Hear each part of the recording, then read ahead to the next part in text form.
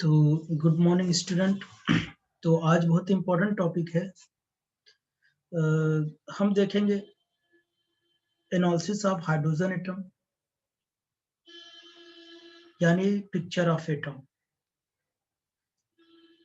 Atom के बारे में किसने क्या क्या अपना रोल दिखाया उसके बारे में हम देखेंगे। तो आइए सबसे पहले थॉमसन प्लम पुडिंग मॉडल की बात करते हैं। Thomson plum pudding model, Thomson plum pudding model,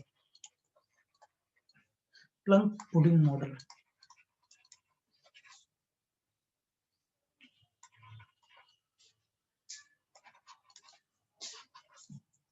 Thomson plum pudding model,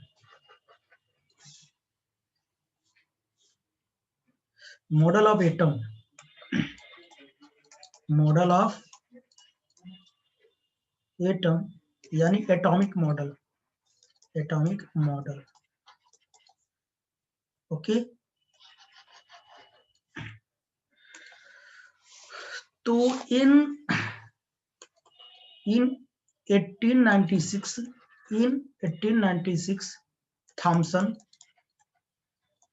Thompson ने ये बताया, इसमें बहुत ज्यादा नहीं बताऊंगा बच्चों, आप लोग सब पढ़ चुके हैं, ठीक है ना। थोड़ा ओवरव्यू मैं दे रहा हूं इसमें, ठीक, ताकि यादें बनी रहें। बस थोड़ा थोड़ा बताऊंगा। तो उन्होंने ये बताया कि हाँ, तो इन 1896 थॉमसन ने ये बताया कि जिस तरीके से वाटरमेलन में उसके बीज उसमें क्या होते हैं, उसके अंदर धसे होते हैं, जस्ट लाइक दैट इलेक्ट्रॉन भी क्या होते हैं, एक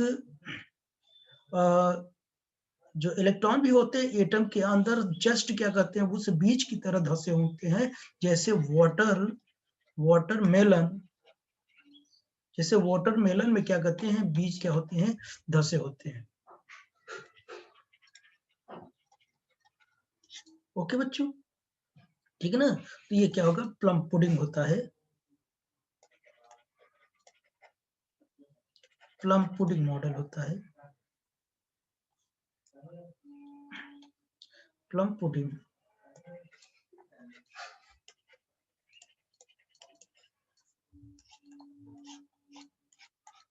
तो उसी तरीके से धसे होते हैं, ठीक है ना।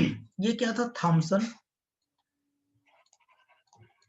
थॉमसन पिक्चर था, पिक्चर ऑफ एटम यानी। तो थॉमसन ने ये देखा कि an atom in a uniform sphere of positively charged material in which electrons are embedded in a manner such as to balance the positive charge. The model was, however, soon discarded as it was in complete disagreement. Okay, तो आपने यही देखा कि क्या कहते हैं, ये spherical positive charge जैसा है ये एटम, और उसके अंदर क्या होते हैं कि इलेक्ट्रॉन क्या होते हैं, इस तरीके से धंसे होते हैं, जैसे कि क्या कहते हैं कि वाटरमेलन के अंदर क्या होते हैं, बीज धंसे होते हैं। ओके, अब क्या हुआ, अब इन बातों को क्लियरली एक्सप्लेन नहीं कर पाए थॉमसन। तब उसके बाद आते हैं रदरफोर्ड आते हैं। कौन आता है, रदरफोर्ड, रदरफोर्ड।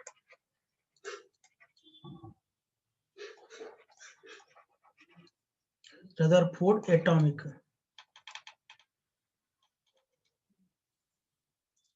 रदरफोर्ड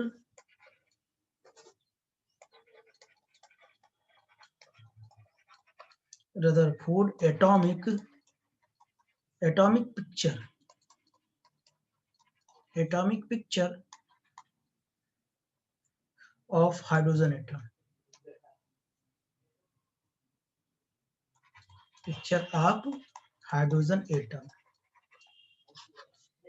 रदरफोर्ड ने ये देखा, उन्होंने ये बताया कि जब इलेक्ट्रॉन क्या करता है किसी एटम के अंदर, जब वो रिवॉल्व करता है तो उसकी जो रेडियस है वो कॉन्टिन्यूसली क्या करती जाती है, डिक्रीज करती जाती है। यानी जो उसका रेडियस था वो स्टेबल नहीं था। कंटिन्यूअसली एटम के अंदर जब इलेक्ट्रॉन रिवॉल्व करता है तो उसकी रेडियस कंटिन्यूअसली डिक्रीज होती जाती है। ओके, डिक्रीज होती जाती थी, यानी रेडियस कंटिन्यूअसली डिक्रीजेज, कंटिन्यूअसली क्या होती जा रही, डिक्रीज होती जा रही। ओके, यानी based on results obtained in alpha scattering,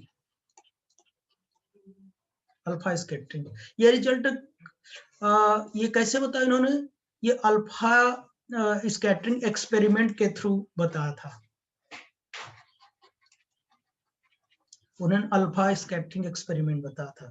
तो अल्फा स्कैटरिंग एक्सपेरिमेंट में उन्होंने क्या बताया कि अगर कोई एटम है, उन्होंने जब अल्फा पार्टिकल डालना शुरू किया तो क्या करता, जब आता तो यहां से क्या करता था, रिपल कर जाता था। ठीक, रिपल कर जाता था, लेकिन एक पॉइंट ऐसा था जो कि इसके पास से क्या करते थे, गुजरता नहीं था। इसका मतलब ये हुआ कि अल्फा तो पहले से पता था पॉजिटिव चार्ज है, जिस पोजीशन से, जिस पॉइंट वो नहीं पास कर रहा था, उनको लगा कि कुछ ऐसा है कि जो इसको क्या कर रहा है, रिपल कर रहा है। वो रिपल तभी कर देगा जब क्या होगा, सेम नेचर का होगा। तो इसका मतलब तब उन्होंने ये बताया कि जो न्यूक्लियस होता है वो क्या होता है कि पॉजिटिव होता है, और बाद में गोल्डस्टीन ने बताया कि इसमें क्या होता है कि प्रोटॉन होता है। ओके, अल्फा स्कैटरिंग थ्योरी, लेकिन रेडियस को उन्होंने क्या किया, स्टेबल नहीं बता पाए। ठीक, तो इसमें दो प्रॉब्लम थी। वो प्रॉब्लम क्या क्या थी, इनमें दो प्रॉब्लम थी। प्रॉब्लम विद दिस में प्रॉब्लम विथ दिस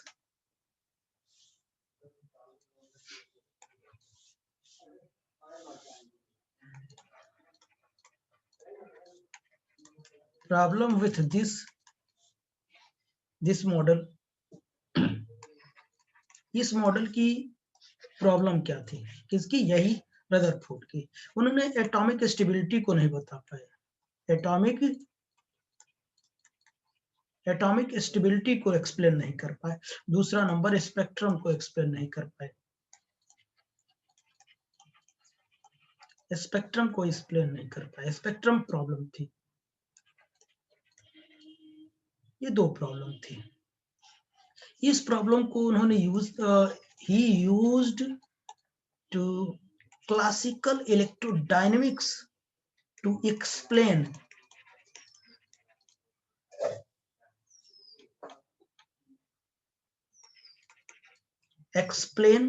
स्पेक्ट्रम, यानी ईएम रेडिएशन। यानी उन्होंने स्पेक्ट्रम को कैसे प्रॉब्लम को सॉल्व किया, क्लासिकल इलेक्ट्रोडायनेमिक्स का यूज करके उन्होंने स्पेक्ट्रम को सॉल्व करने की कोशिश किया। ठीक है ना।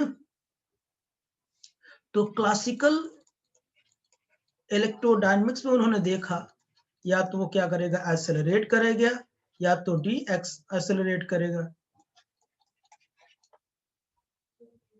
एक्सेलरेटिंग चार्ज पार्टिकल होंगे, charge particle radiates in continuously, is continuously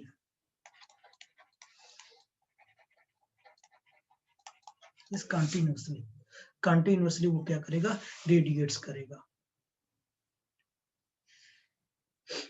okay, और वहां से जो पावर रेडिएशन इमिट होता था,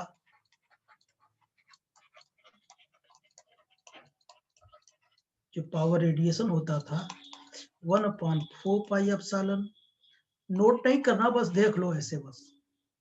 2/3 E square A square by C cube. ठीक, बस आपको देखना है, बस नोट नहीं करना है, क्योंकि सब कुछ जानते हैं आप, ठीक है ना। इसी को लार्मर रेडिएशन कहते हैं। ये अगली क्लास में पढ़ोगे, ठीक है ना, ये कहां से आता है प्रूफिंग इसका। अच्छा, अब इनकी प्रॉब्लम्स को दूर करने के लिए इनके स्टूडेंट आए नील बोर। उन्होंने इस प्रॉब्लम को सॉल्व करने की कोशिश किया। तो कौन है? Bore. Bore the student of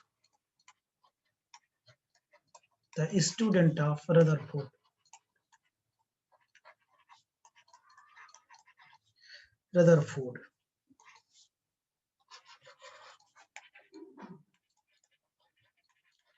Picture of H atom in 1930। किसका पिक्चर था? बोर का पिक्चर था। बोर कौन है? बोर है। The student Rutherford picture of hydrogen atom 1913 में उन्होंने क्या बताया? उन्होंने दो बातों को बताया। उन्होंने पहले स्टेबिलिटी को बता दिया। उन्होंने ये बताया कि यहाँ तो चलिए न्यूक्लियस है, उसमें प्रोटॉन न्यूट्रॉन है, और इलेक्ट्रॉन क्या करते हैं? एक डेफिनेट ऑर्बिट में क्या करता है? रिवॉल्व करता है। यानी रेडियस क्या हो गया? रेडियस क्या हो गया? फिक्स्ड हो जाएगा, हो गया, यानी ये क्या हो जाएगा? स्टेबल हो गया, इसकी स्टेबिलिटी कंप्लीट हो गई। यही तो बोर एटम था। बोर एटम, ठीक। उन्होंने टू करेक्शन कर डाला। Two corrections in Rutherford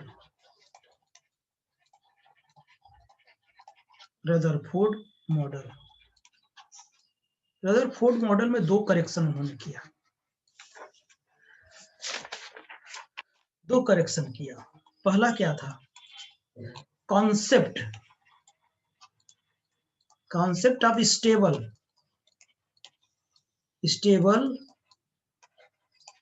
circular orbits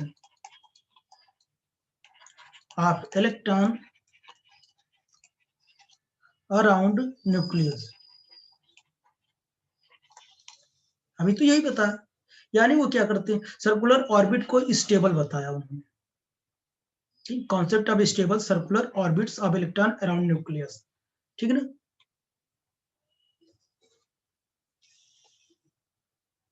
ठीक, अच्छा।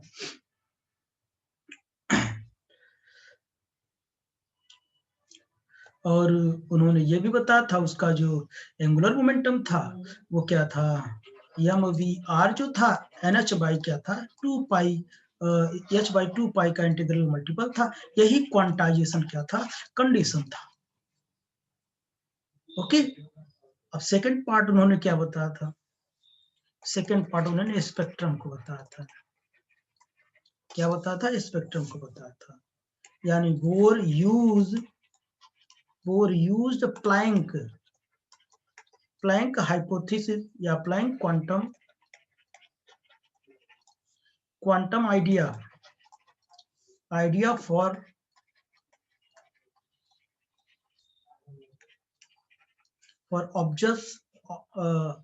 एब्जॉर्प्शन और इमिशन या इमिशन स्पेक्ट्रम। इन्होंने स्पेक्ट्रम को बखूबी एक्सप्लेन किया। तो अगर ये क्या है? हमारा न्यूक्लियस है, ऑर्बिट है, अगर ये क्या करे? एनर्जी को ऑब्जॉर्व करेगा तो ये जंप कर जाएगा, अगर ये इमिट करेगा तो ये लोअर क्लास में चला जाएगा, ठीक है ना। यानी जो एनर्जी क्या करे? इमिट करेगी या एब्जॉर्ब करेगी, वो एनर्जी क्या थी? E U minus E L के क्या थी? इक्वल थी। अगर मैं इसे यू लो, इसे एल लो तो ओके।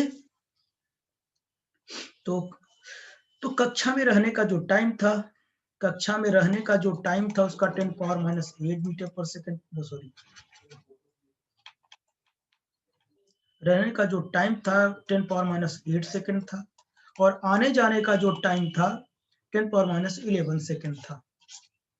ठीक, एक ऑर्बिट से दूसरे ऑर्बिट में आने जाने का जो टाइम था 10⁻11 सेकंड था, और कक्षा में रहने का जो टाइम था 10⁻8। यानी इतने टाइम तक वो रुक सकता है किसी भी ऑर्बिट में, किसी भी एनर्जी स्टेट में, एनर्जी लेवल में। ओके, आई थिंक समझ में आया होगा। तो अब इन सब बातों को ब्रीफ से हम पढ़ेंगे नेक्स्ट क्लास में। Okay, bye.